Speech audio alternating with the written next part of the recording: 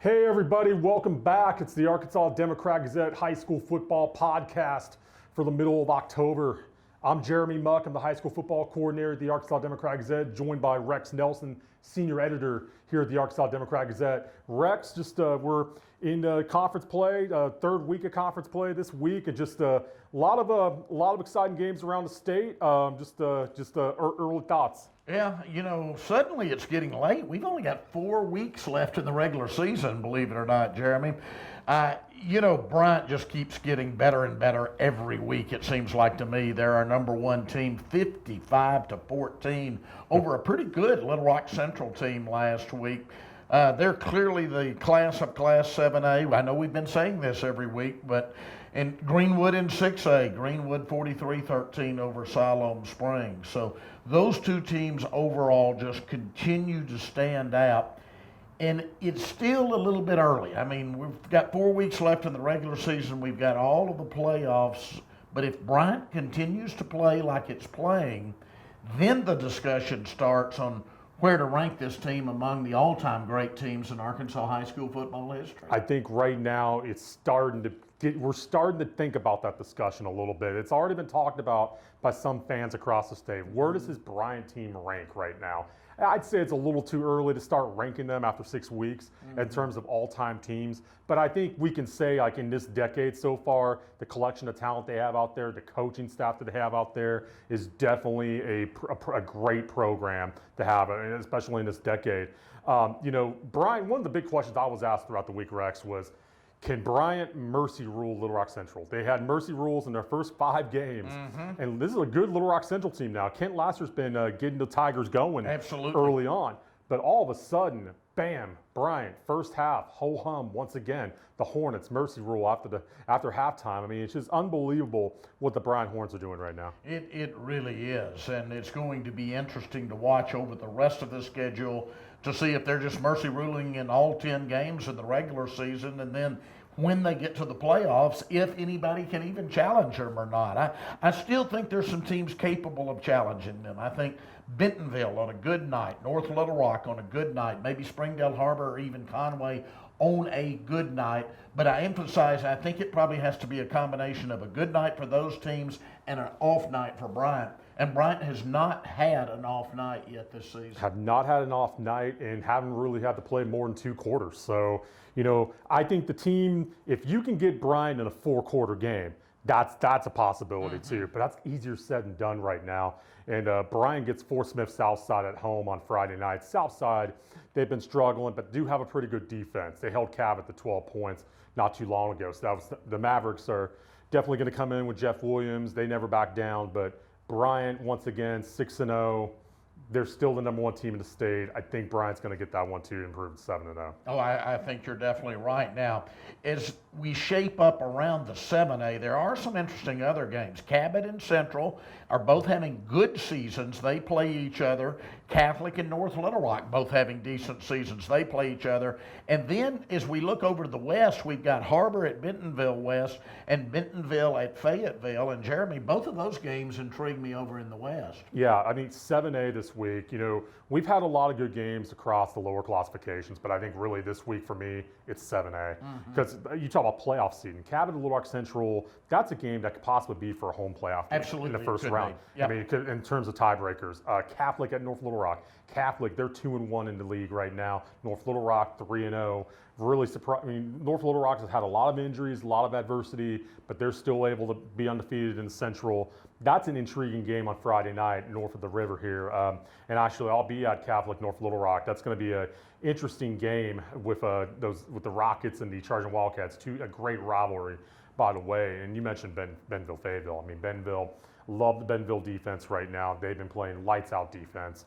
Going up against Fayetteville, a Fayetteville team that started to come back to life last week at Van Buren. Beat them pretty handily. Casey Dick went back to Van Buren where he coached last year. Are the Bulldogs starting to come back? I mean, that's the tough test against Bentonville, but Fayetteville always gets up for Bentonville. They do. That is an interesting rivalry game on Friday night to look at, and that game is at Fayetteville at Harmon Field. So That's a game right there where Bentonville better be ready to play. I agree. Like I said, that intrigues me, as does Harbor at Bentonville West. There's some really good 7A games this Friday night. Yeah, it started to get really serious pretty quickly here in Class 7A. Just going down to Class 6A. Searcy at Pine Bluff. The Searcy Lions 6-0, 3-0 in the 6A East, going up against Pine Bluff, who suffered their first conference loss last week. Can the Lions keep their run going? They have not been a traditional football power, as you know, and they're playing great football this year. Had to work for it last week, only 28-21 over Marion, but the bottom line is they did get it done. Now, can they challenge Greenwood again? Maybe on a good night and a bad Greenwood night. Searcy, though, very impressed by the turnaround in that program.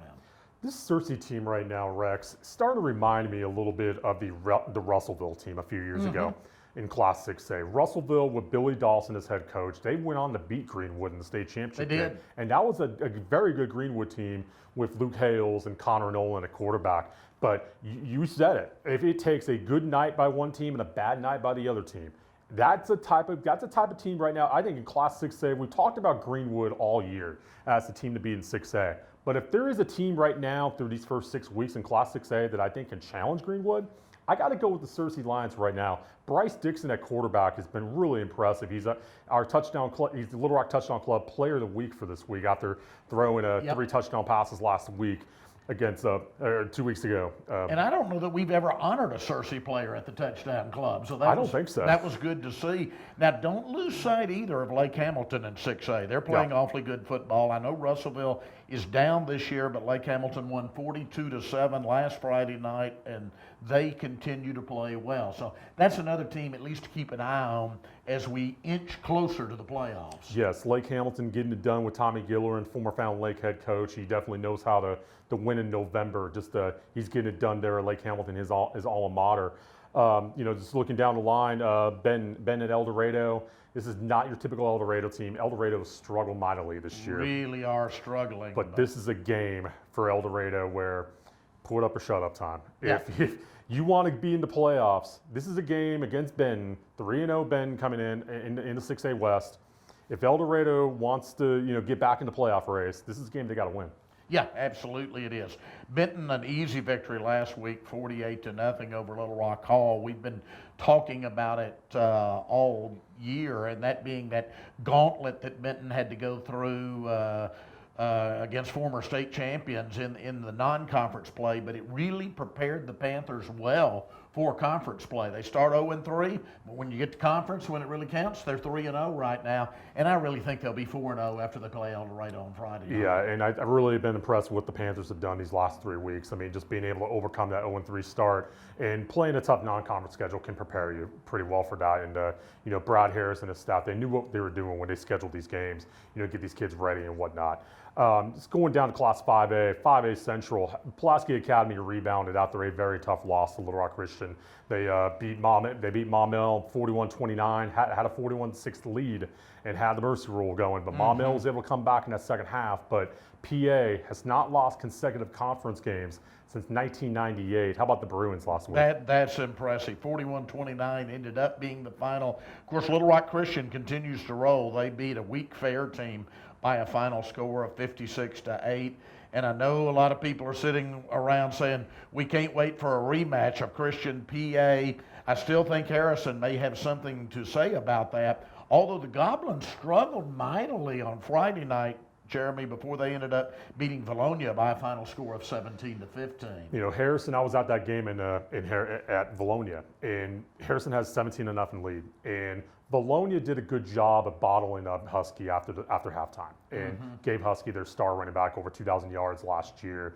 It's one of those games where Valonia, with Todd Langerl, you're trying to learn how to win. And I think if this were a year from now, maybe Valonia wins that game. But still a young program trying to learn how to win. They just couldn't get over the hump there. They scored 15 points, they scored late, tried to get the 2-point, tried to get the onside kick, almost had it. Went off a Harrison kid, Valonia almost recovered it, Then it went back to Harrison. Harrison runs out the clock and just Harrison escapes with a big victory, I think, of Valonia, because Valonia's been an improved team, and that's a game where I think Harrison kind of needed to play a four-quarter game. Yeah. They've had a four-quarter game now against Morrilton, a four-quarter game against Valonia. These type of games could help you in the playoffs. Yeah, and you start looking across 5A and you see some teams that appear to be starting to peak at the right time. I mean, I'm talking about teams like Valley View, which beat Wynn 28-23, or even a Greenbrier that jumped up and beat a Farmington team that you had ranked 24-17. So we'll keep an eye on some of these other teams around the state and see if they're peaking at the right time as we enter these final 4 weeks of the regular season. Never would have thought I would have Valley View number 4 in Class 5A, but that's just the job the Blazers have done. That the Blazers are 6-0. 3-0 in the 5A East after you mentioned beating Wynn, a pretty good Wynn team, by the way. And, hats off to Sean Cockrell and the Blazers right now. They've been playing some great football up in Northeast Arkansas. We also we moved Hot Springs into the 5A Super 6 this week. Hot Springs 4-2 overall, 3-0 in the 5A South. Last week they went down to DeQueen and beat DeQueen pretty good, 35-0, took care of business. And we mentioned Buck James earlier, but one of his former assistant coaches, Daryl Burnett, is now at Hot Springs in his second year, doing a great job with the Trojans. Yeah, they really are. Again, you look around 5A, and there's other teams that have been playing well. I mean, until Friday, Farmington playing well. Wynn, as you mentioned, is playing well. Hot Springs is playing well. Maumelle has ran into that PA juggernaut, but otherwise they've been playing very well. So, again, there are all of those teams right there, and one of them is going to get hot and make a very deep run in the playoffs and surprise us, Jeremy. Yes, a lot of good football being played in 5A right now. Just some games to look forward to in Class 5A.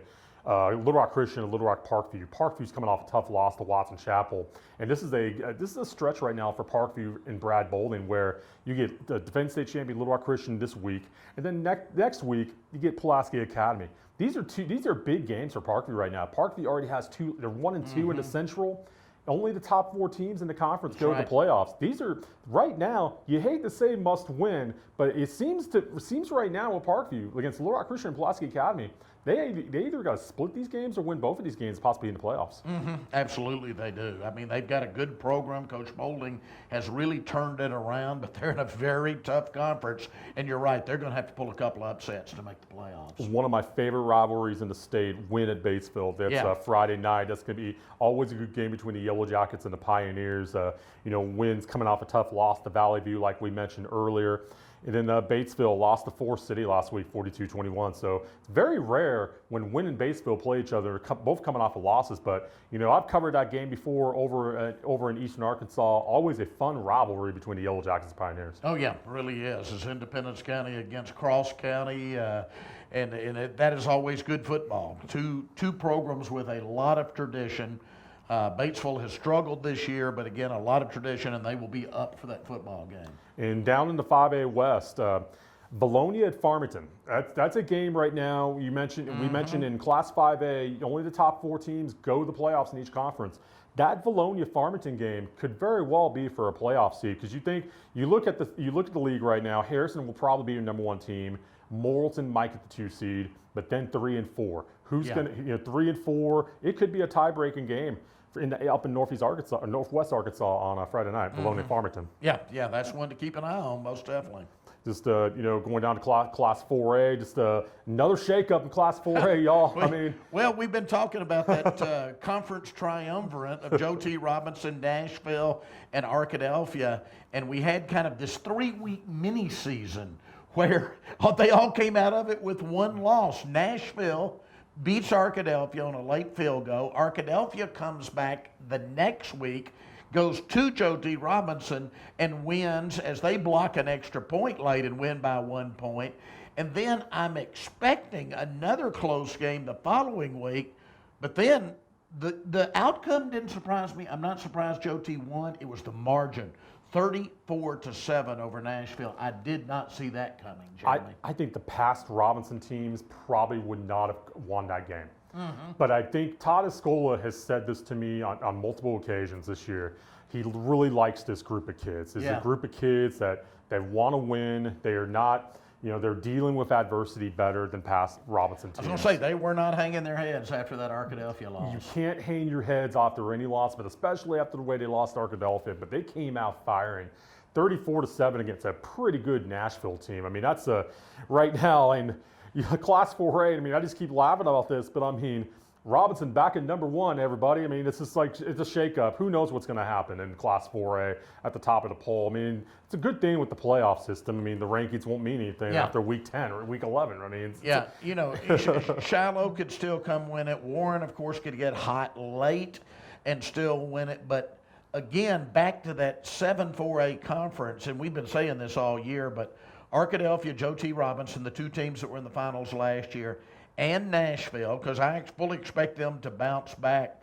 If any of those 3 won the state championship, I don't think either of us would be surprised, any of the 3. Not at all, not at all. Very high-powered offenses with all those teams right there. And then Shiloh Christian improved to 6-0, by the way. Just they're 56-7 over Prairie Grove, very impressive. Yeah, that's a Prairie Grove program that's had better days and whatnot, but they just haven't, Shiloh just went in there and dominated. I mean, that's a score where, it's not necessarily Shiloh beating Prairie Grove, but just the margin of victory, like you mentioned earlier. Absolutely. But Class 3A, I mean, right now we still got Rising number 1. To me right now, I really have been impressed by Hardin Academy. Hardin Academy. How about the city of Searcy right now, Rex? I mean, between Searcy High and Harding Academy, there's some good football going there. And don't forget that Harding University is also 5-1 and nationally ranked. So they're playing good high school and good college football in that town. Yeah, I mean, Hardin Academy, Caden Sipe had 6 touchdown passes in a victory over Mountain View on a Friday night. The Wildcats, they've always had good quarterback play there, and just once again, Hardin Academy is starting to make their run. I think we're going to hear from Hardin Academy, going forward.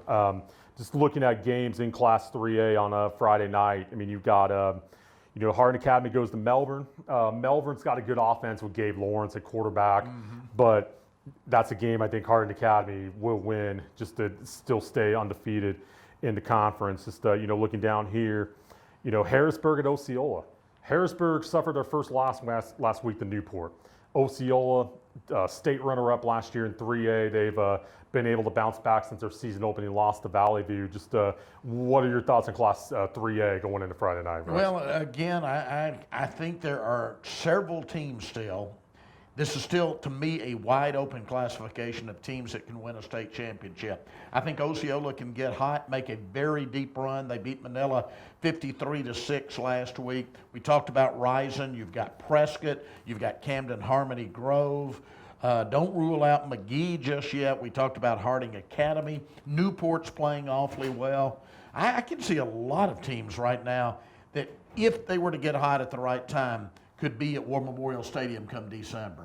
This is about the time of the year where I start to look at the brackets. And, I think by next week, we'll definitely have a better idea, like look at the brackets and say, okay, this team's going to host, this conference could host this game down the line. You always hear about school board watching. I like bracket watching. Yeah. Really look at the bracket and be like, well, Rising might host this game down the line. You don't want to go to Rising in late November. I mean, that's one of those things. So it's definitely getting to that point in time.